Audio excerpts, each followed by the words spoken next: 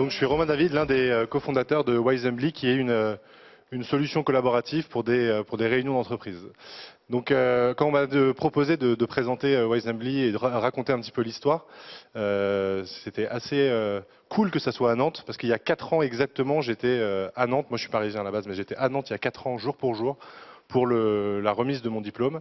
Et c'est une semaine après qu'on a réellement créé Wisembly avec mes associés, donc juste en sortant d'école.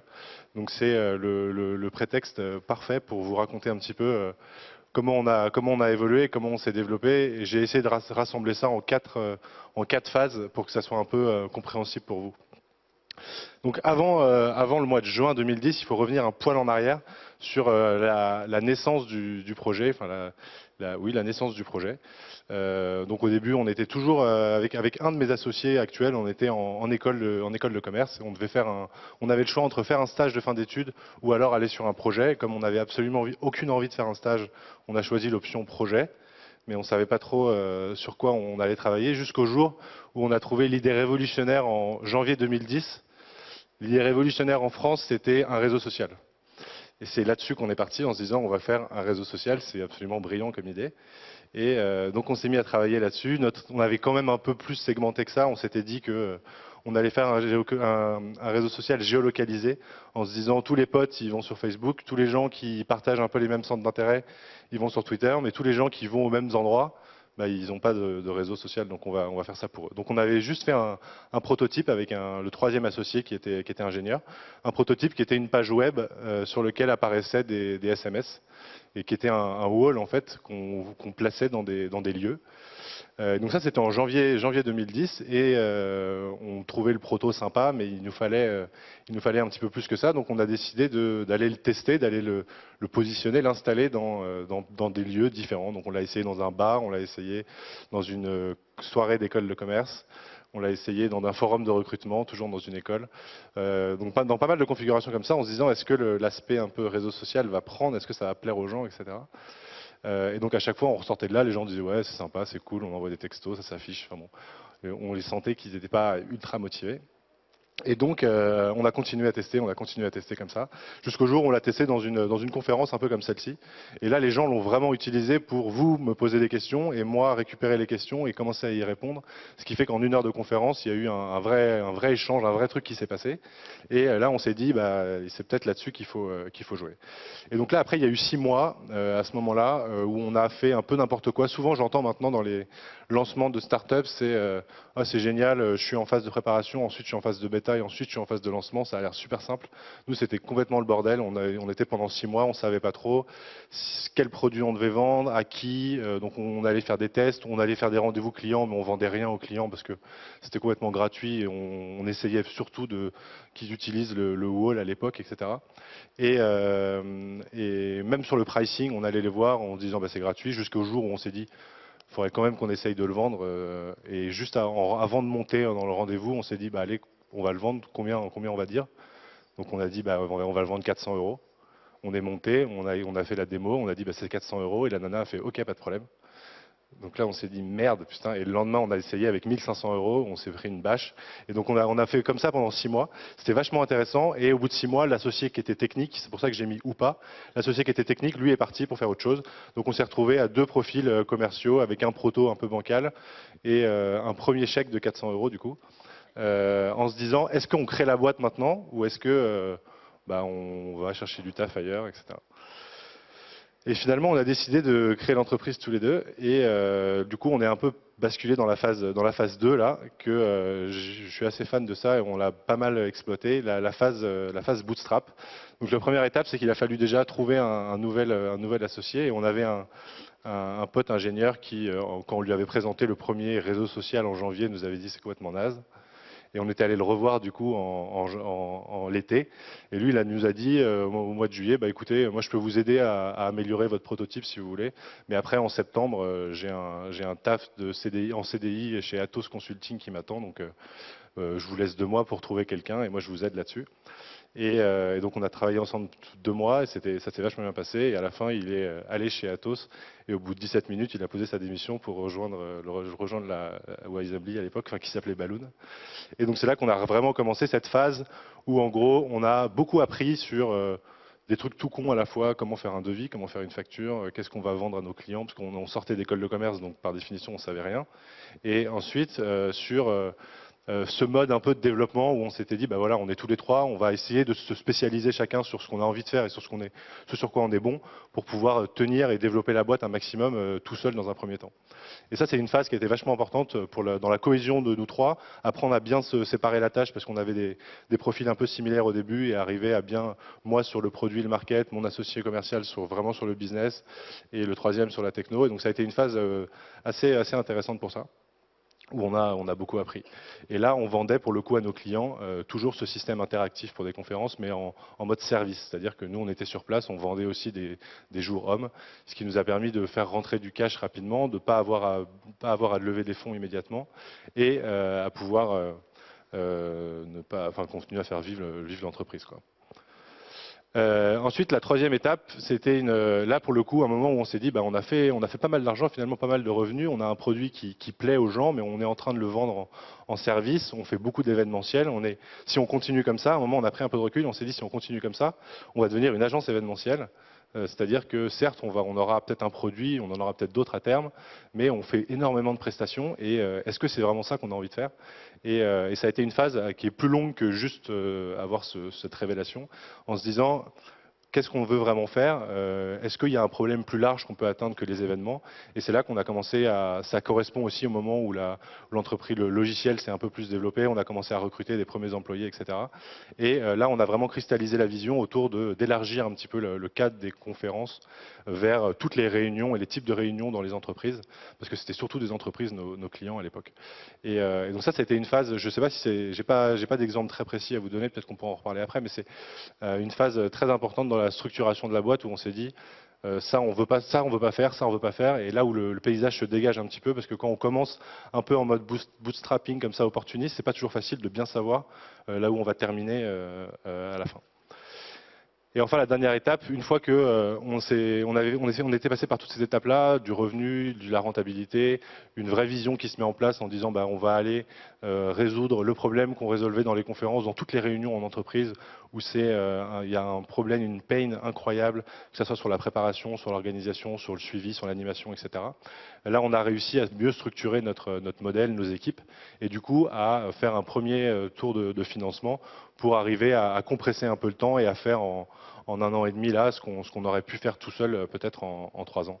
Donc ça c'est l'étape, je mets chapter 4 mais on est en plein dedans, donc je n'ai pas trop de recul encore là-dessus, mais peut-être que je reviendrai l'année prochaine pour vous débriefer ça.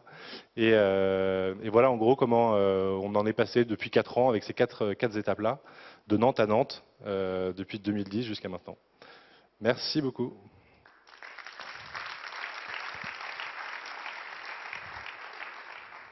Tu as fait un peu plus rapide, donc peut-être une question.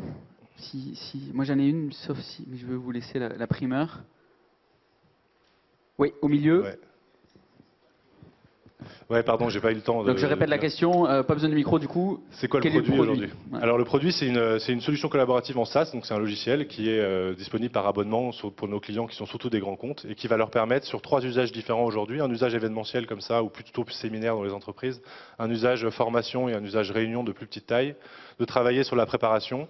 Donc en amont d'une réunion, par exemple sur les documents, sur du contenu, commencer à faire interagir les gens, préparer sa réunion, pas que via un PowerPoint, mais via différents modules qui vont permettre de vraiment collecter du feedback pendant le moment ou même avant. L'animation, c'est arrivé, on a par exemple un conf call de 45 minutes avec 25 personnes. Aujourd'hui, c'est ingérable d'animer ça. Il faut demander à Jean-Pierre ce qu'il en pense. Jean-Pierre, il est sur mute, il est sur ses mails en même temps. Là, on a vraiment une plateforme qui va réussir. Tout le monde peut parler en même temps. Toute l'information est organisée.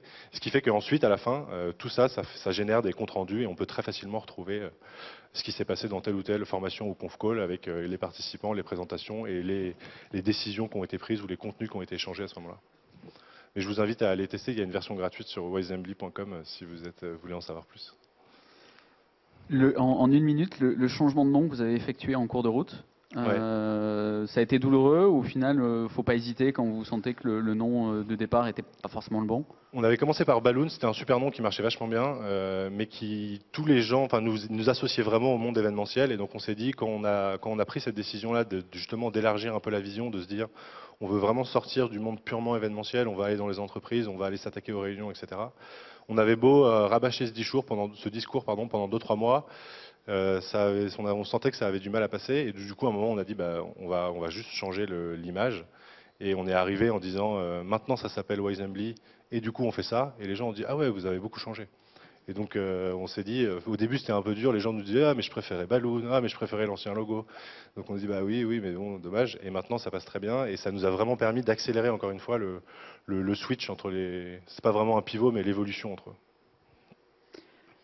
Merci, Romain, pour cette présentation. Merci à vous. Hop. Alors, je vais maintenant appeler le deuxième à se présenter, qui est équipé en micro. Non, il n'est pas tout à fait équipé. Si, il est équipé. Xavier Zetoun, qui est le fondateur de 1001 Menus, pour sa Startup Story.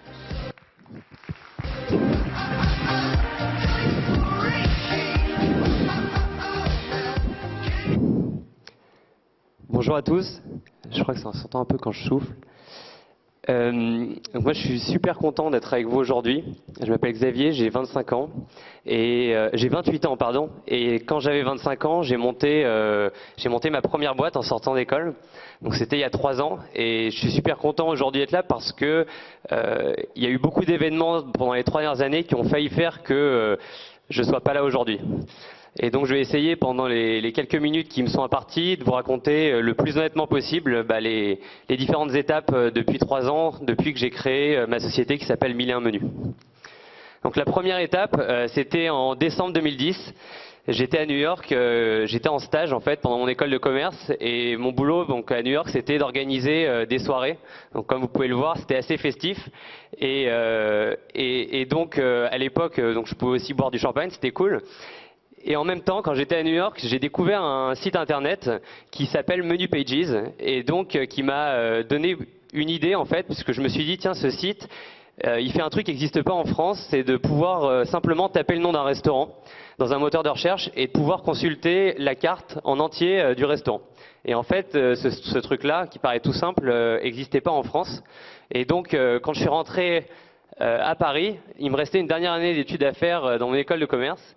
Et on avait le choix, un peu comme disait Romain tout à l'heure, de faire ou bien un stage ou bien une création d'entreprise. Et je me suis dit, tiens, cette idée-là, elle est pas mal.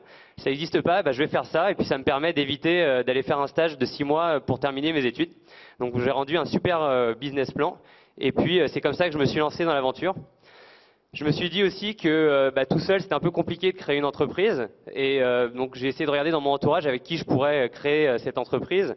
Et la seule personne avec qui je me sentais bien de créer une boîte, c'était mon cousin. Donc j'étais le voir, je lui ai dit tiens, toi tu bosses comme commercial dans une boîte, il a 10 ans de plus que moi, il a de l'expérience, tu vas venir avec moi et puis on va créer la boîte. Il était un peu fou, il m'a dit ok, on y va.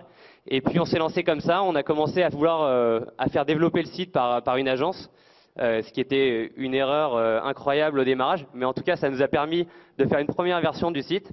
Et donc voilà comment est né 1001 Menus, qui était le premier annuaire de menus de restaurant en France, qu'on a lancé en 2011. Donc là, vous voyez le site à l'écran, on s'était donné du mal pour faire un beau truc, on avait saisi à la main plein de menus, on y passait nos jours et nos nuits. Et puis quand on était prêt à lancer le site, donc on l'a mis en ligne, et là on était persuadé qu'avec un aussi bon produit, un aussi beau site, ça pouvait que cartonner. Et donc c'est ce qui a failli se passer. En réalité, ça s'est pas vraiment passé de cette manière-là, puisque le trafic du site est resté relativement plat pendant près de 10 mois après le lancement. Donc c'était la première déception. Quand on est entrepreneur, forcément, il y a des galères. Celle-ci, elle est arrivée assez rapidement, puisque dès le lancement, on s'est rendu compte que, à part pendant 2 jours quand même, on a eu de la chance parce qu'il y a un petit article sur TechCrunch, et puis après, c'est redescendu, et en fait, la sauce a pas pris du tout. Donc ça, c'était la première étape de l'histoire. Une chose qu'on avait appris à cette époque-là, c'était que faire développer son site par une agence, quand c'est son produit, son cœur de business, c'était pas forcément une bonne idée. Donc on s'est mis à la recherche d'un troisième associé qui deviendrait directeur technique et qui serait donc développeur. Et donc, après avoir arnaqué un premier en le faisant quitter son boulot pour venir dans un mauvais projet, on a fait venir Julien, qui était notre CTO, qui était chez PayPal depuis 10 ans et puis qui en avait un peu marre. Et lui aussi un peu fou, il a décidé de rejoindre l'équipe. Mais le fait est, c'est qu'au moins, on n'avait pas forcément eu un bon projet, mais on avait une équipe qui était un minimum cohérente. Entre-temps, on s'est dit, tiens, on n'a plus d'argent, donc qu'est-ce qu'on peut faire pour gagner de l'argent? Maintenant qu'on a un développeur, on va essayer de développer un produit qu'on peut vendre.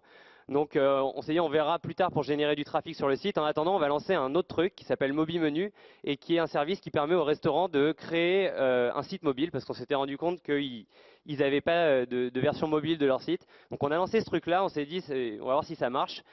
Thomas et moi, on allait sur le terrain, on allait rencontrer des restos et puis on leur présentait le service. Et puis en fait, très rapidement, ça a commencé à fonctionner. Au bout d'1 mois, on avait déjà 50 clients qui étaient prêts à nous payer en gros 40 € par mois pour utiliser notre service. Donc là, c'était super euphorie parce que premier argent qui rentre dans la boîte après avoir galéré pendant maintenant presque 1 an. Et donc, on s'est dit, il y a peut-être un peu d'espoir pour continuer à faire vivre cette boîte. Et puis, les événements sont enchaînés, on continuait à vendre notre abonnement aux restaurateurs. Et puis petit à petit, ils nous disaient, nous ce qu'on aimerait, c'est aussi que vous nous refassiez notre site web, c'est que vous veniez faire des vidéos, faire des photos, enfin en gros tout et n'importe quoi pour les restaurants. Et là, on a eu un déclic et on s'est dit, qu'est-ce que c'est une start-up qui commence à faire tout et n'importe quoi pour ses clients? C'est une start-up qui devient une agence web. Et c'est hyper respectable, mais c'est là où vont beaucoup de startups qui n'arrivent pas à développer leurs produits et qui finissent en fait par devenir des agences web tout simplement. Et nous, c'était juste pas ce qu'on voulait faire. Donc ça, c'était deuxième un peu déception parce qu'après avoir eu un peu d'euphorie, on a dû encore une fois se remettre en question. Et là, encore une nouvelle idée qui est arrivée, c'était en janvier 2012. À force de parler avec les restaurateurs et de connaître de mieux en mieux leurs besoins, on s'est dit tiens, on va essayer de développer un produit en SaaS, un service pour les restaurateurs, sous forme d'abonnement toujours, mais qui regrouperait tous les besoins qu'ils peuvent avoir pour gérer en fait leur communication sur Internet, que ce soit leur site, que ce soit les réservations en ligne, le référencement sur les annuaires, etc. Et donc, on s'est dit, on va essayer de développer ça, sauf qu'il nous reste très peu d'argent, et donc, on a 6 mois pour le faire. Donc, entre-temps, on est rentré dans un accélérateur. Ça nous a permis d'avoir des mentors, d'avoir un peu d'argent, et puis surtout, d'avoir une roadmap claire pour, en 4 mois, être prêt à commercialiser notre nouveau produit. Donc ça, c'était en juin 2012.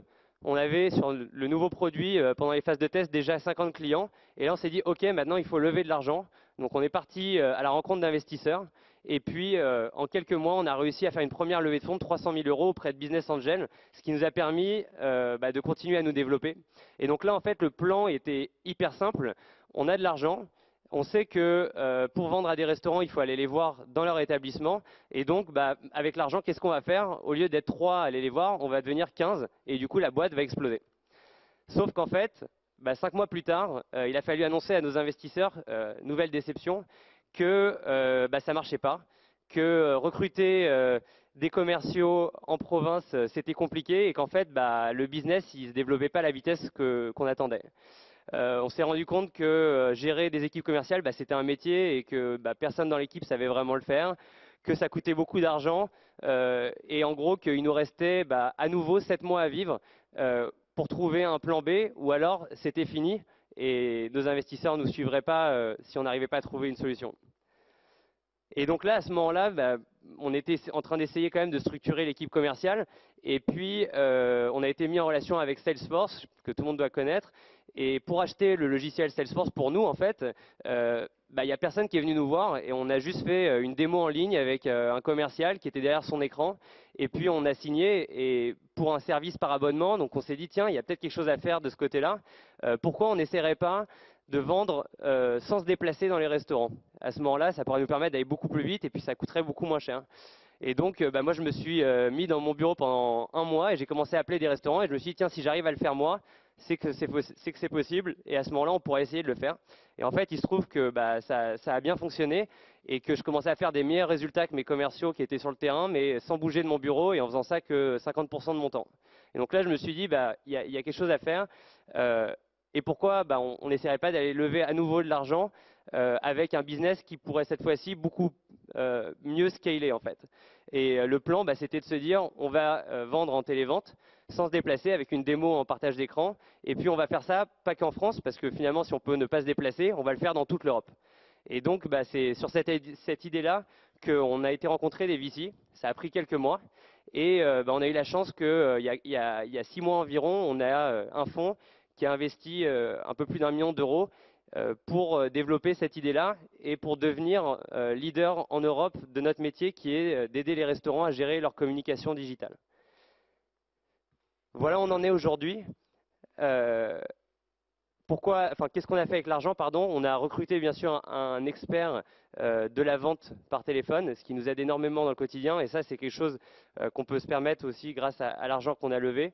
Et puis, on s'est entouré aussi de gens qui peuvent nous aider maintenant à avoir une grande ambition pour la société. Et puis, surtout, on garde la motivation alors que ça fait 3 ans qu'on est lancé et qu'on a eu beaucoup d'événements qui nous ont fait penser que ça pouvait s'arrêter à tout moment. Et aujourd'hui, on a encore plus de motivation pour y arriver. Juste pour vous donner, en conclusion, quelques informations. Donc, on est passé entre l'année dernière, où on faisait 300 000 euros de chiffre d'affaires, on est passé à 1,5 million de chiffre d'affaires cette année. On a 1500 clients qui utilisent notre service quotidiennement. La société aujourd'hui a 35 employés. Il y a encore un an, on n'était pas plus de 8. Et on est en train de lancer 3 pays avant l'été. Et donc, la société enfin commence à se développer comme on veut. La morale de cette histoire, c'est que il faut surtout pas perdre l'espoir. Quand on est passionné et qu'en fait on a une vraie passion d'entreprendre, finalement on se laisse pas abattre à chaque étape difficile, et même quand on est vraiment au plus bas. Et je pense que l'exemple de 1001 Menus et de notre société est un bon exemple qu'on peut y arriver. On n'y est pas encore arrivé, il reste encore un moment de chemin, mais en tout cas on commence à penser que ça peut fonctionner. Et donc c'est pour ça que j'ai mis cette citation qui, je trouve, nous ressemble bien. Et puis, ça permet aussi d'être humble une fois qu'on a galéré pendant pas mal de temps. Finalement, on devient assez humble. Donc, voilà, je vous remercie.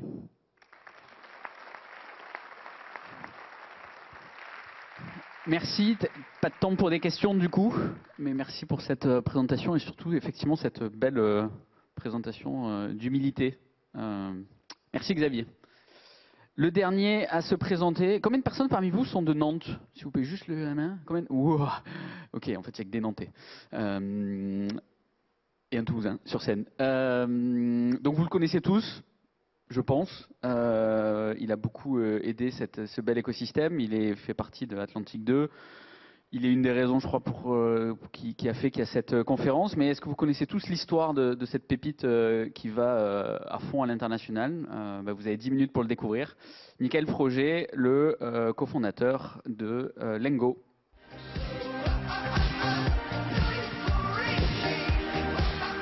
Qui est quand même moins corporate qu'hier. Hein. Comment? C'est moins corporate qu'hier, là, aujourd'hui.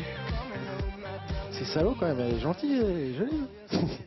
Bonjour à tous. Je suis assez ravi d'être ici pour vous présenter un peu l'histoire de Lengo. J'ai essayé d'être assez synthétique en 10 étapes, 10 minutes, 10 étapes. Il y a un peu plus de 10 slides, je suis désolé. Pour vous raconter un petit peu l'histoire jusqu'à aujourd'hui. La première étape, c'est la naissance de Lengo. Comment est-ce qu'on est né, et comment est-ce qu'on s'est construit et comment est-ce que ça a démarré.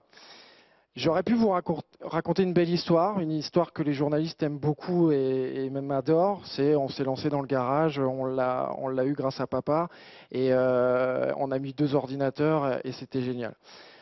C'est un peu plus compliqué que ça. Ça s'apparente un petit peu plus à ça. Où l'histoire, elle est celle-ci. On est aux 30 ans de Jérémy, qui est mon associé aujourd'hui. Et on avait une question tous les deux, se dire on a une belle carrière. Toi, tu es un technicien, toi, tu es un commercial. Tu peux vendre n'importe quoi, tu peux construire n'importe quoi. Qu'est-ce qu'on fait? On se lance.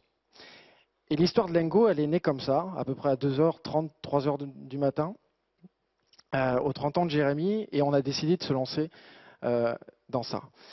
On a une complémentarité tous les deux qui a été évidente, autant dans les caractères que dans les compétences, où lui est un directeur commercial et moi je suis un directeur technique.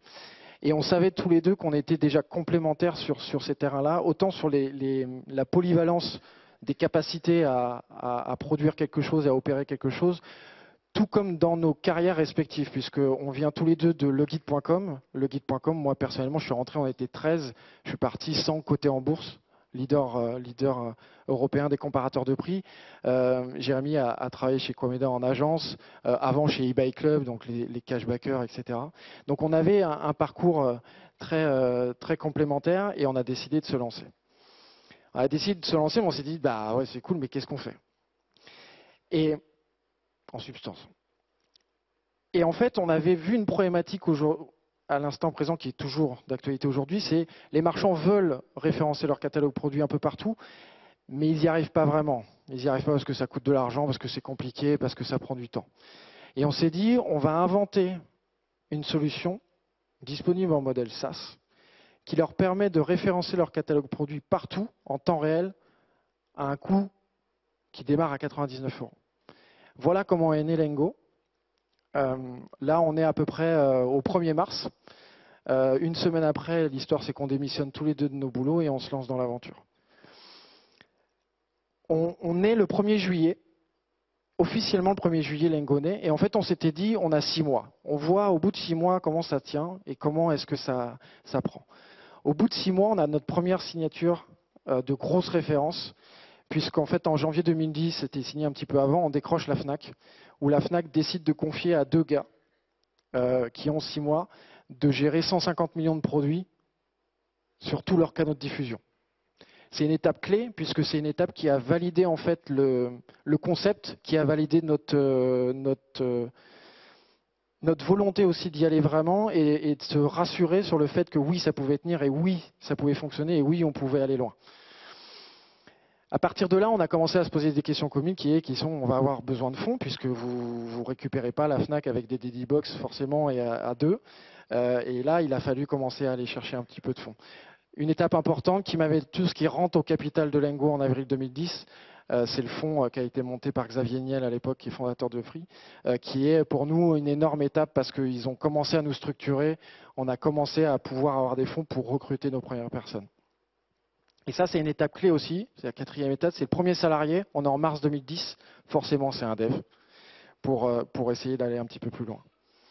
Notre modèle fonctionne, on voit que ça prend, et on décide d'aller un petit peu plus loin.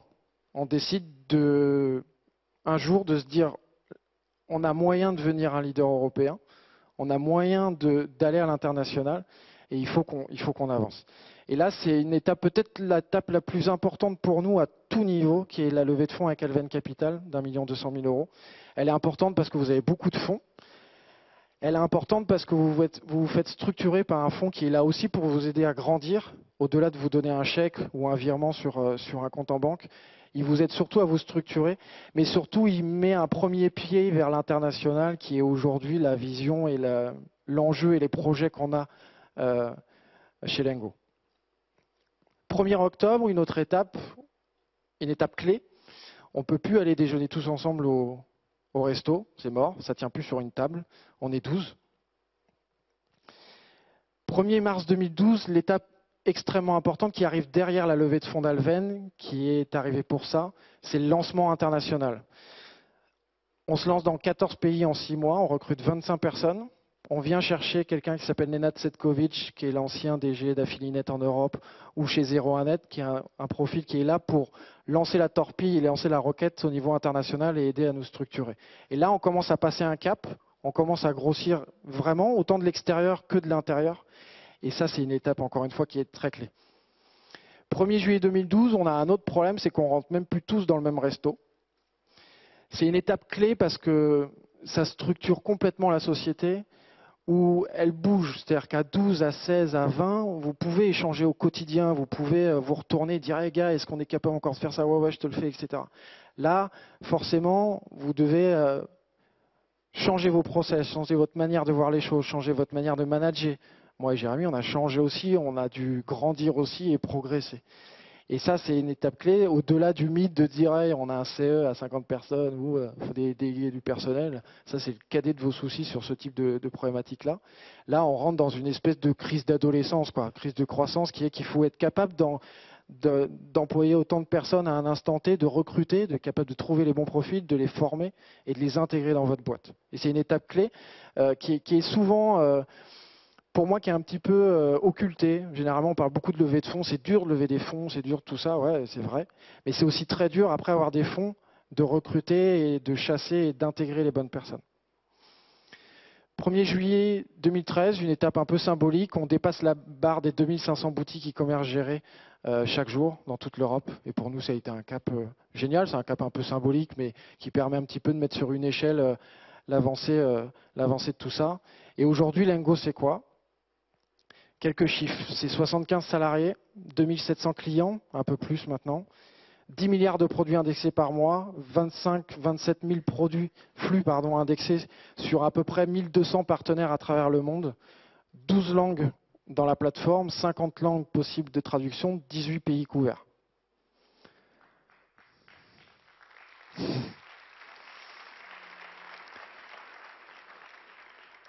Tout ça, c'est juste des chiffres pour montrer que toutes ces étapes-là nous permettent d'aller là, avec des étapes très compliquées à certains moments. Alors effectivement, là, la presse est tellement courte que dans tout ça, il y a plein de problèmes au milieu. C'est-à-dire que entre la 7 et la 9, il y a une galère sans nom, etc. etc.